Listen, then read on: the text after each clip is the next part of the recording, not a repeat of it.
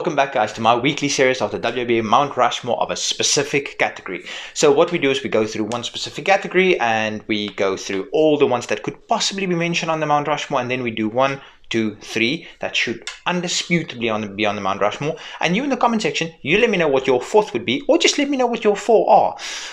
So for today's one, you asked me to do finishes, so I'm 100% okay with that. So let's start off with the Black Widow, AJ Lee. So the Black Widow, I do like submission finishes. I might not have too many on this list, but the Black Widow by AJ Lee, the way she wrenched her opponent's arms and also breaking onto the main roster and getting this finisher over to the way she did, and it fit her personality, the kind of unhinged character. It's just an incredible finisher. Next one. It's the Worm, Scotty 2 Hottie. Maybe not the best ever finisher, but it was so over. And part of a good finisher is getting the crowd into the finisher. Imagine Randy Orton started banging on the mat and nobody got excited about it. With the RKO would probably still be incredibly over. But the Worm, it was so incredibly over in the Attitude Era. I just have to mention it.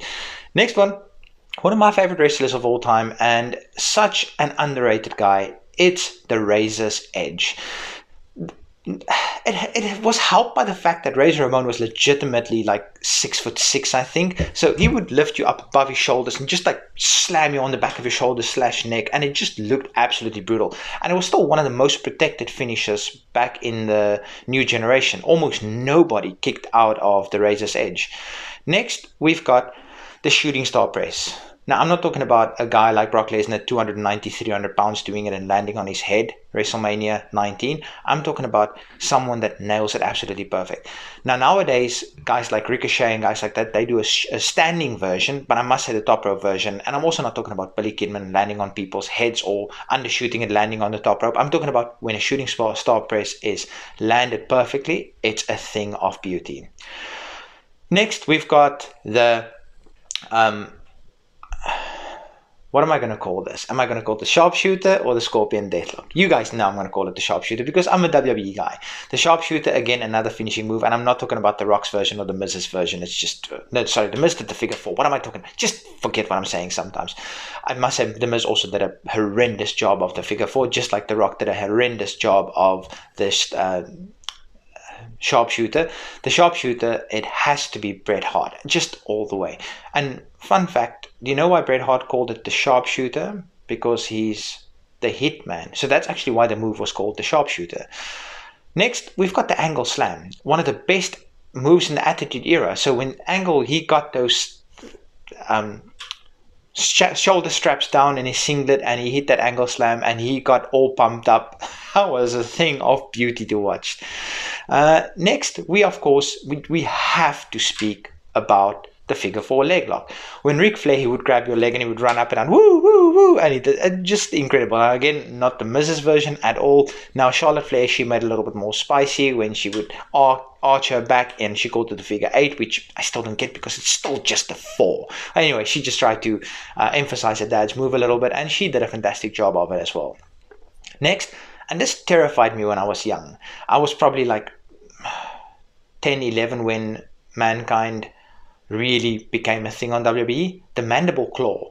When he would just and I'm talking about the leather strap mandible claw. I'm not talking about the Mr. Even though the Mr. Socko is also cool. Mr. Socko is one of the best things ever. But when he sticks that leather thing down your throat, I legitimately thought he was like sticking it really all the way down instead of just like in the mouth and just having people act the way they do.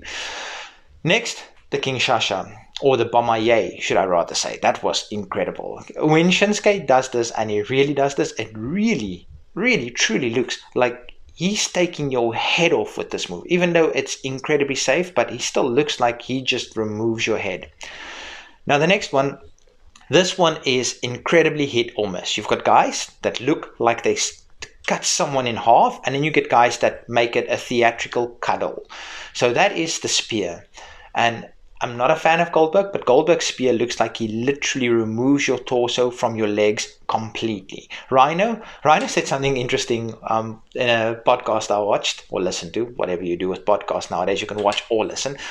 He said nobody ever kicked out of the goal. And I asked him, but we've seen countless people. He's like, nope. when somebody kicked out, it was a spear. When they didn't kick out, it was the gore. That's just a wrestler trying to get their move over, and I think it's resonating in my mind, and I remember it, so it clearly got over. Next, we've got the curb stomp. So Seth Rollins, so nowadays he's just called the stomp, but he legitimately just bashes your head into the canvas, and this can be done on an opponent of any size, and he doesn't need to pick you up or anything. So this is incredibly brutal. If you really think about if wrestling was true, this is incredible, just jamming someone's head into the ground. Next, we've got Brock Lesnar's F5. The fact that Brock Lesnar did this on guys like Rikishi, guys like Big Show, guys like A-Train, even though A-Train's one didn't land that well, guys like Mark Henry, it's just absolutely insane. And he gets them up with so little effort. And now, granted, it's just a face bump. Like Maven said, it's not one of the worst moves to take. It's just ultimately a face bump that they do all the time. But it just, the spinning element, it just visually looks incredible. We have to talk about The Undertaker. And when you talk about The Undertaker, there's two that comes to mind. There's the Tombstone, which, again, he just jams your head into the ground. Now, he also had a spicy version where he would jump up and super spike your head into the ground, which, of course, is incredible. And then we have to talk about another one that I was incredibly excited by, and that's The Last Ride. Undertaker, real life, not kayfabe. Kayfabe is 6'11", but in real life, he's 6'8". Now, when he's got his opponent here and he lifts them up, that legitimately puts them like probably 8.5, 9 feet high, and then he just jams them on their back. Now, Kurt Angle himself, he said this was one of the worst moves to take, and he hated taking it because it legitimately hurt a lot. So Undertaker's got 2 on this, which he deserves, absolutely. Next, we've got the pedigree. Now, I'm not talking about Marty Garner, that Triple H jammed his head into the ground. That was just something I did not want to see. I'm talking about when he does it properly. I'm also not talking about when Kane takes a knee bump instead of a face bump. Now, Triple H, when he does it and he keeps your arms gripped, you've got no way of protecting yourself. Now, wrestling should be safe, but that looks visually impressive. But I like it when he kind of suspends your disbelief and he holds the arms until like the very last moment so the person can just protect themselves. When he really hits it well, he hits it well. Now, we need to talk about the 3 that for me is on the Mount Rushmore. Now, obviously, I've left out millions of finishes that should be on here, but I can't make the video 2 hours long. So, one, and this is just because this is my childhood or my teenage years, it's the Swanton Bomb. Is it the best finisher? No. Is it visually incredible? Absolutely. Did I get excited every single time I saw it? Yes, absolutely. Now, there's no prizes for guessing position number 1 and position number 2. If you have watched any of my videos and you don't know which 2 this is, then I have no idea. You probably knew around here. In no particular order, of course. It's the Stone Cold Stunner, and not hit on Vince McMahon, hit on someone like Austin Theory or Razor Ramon or someone like that sells it properly. The Rock selling is maybe too over the top, but still incredible. The Stone Cold Stunner, it became almost a life of its own. It almost became a character of its own in the Attitude Era, and it's one of the most devastating moves to ever exist because not a lot of people kicked out of it, and The Rock even did a couple of his own on Stone Cold. And then lastly, it's the RKO. It's probably the most over finisher in the history of wrestling.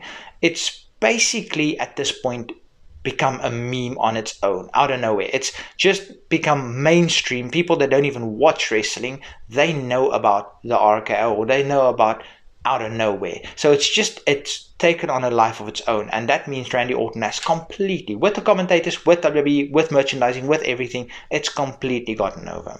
So in the comment section, let me know what your 4th would be, or your your 4th, or just your 4. You're probably not going to agree with the Swanton Bomb, but that's okay. We are entitled to our own opinions. Hope you guys have a good one. Until next time, peace.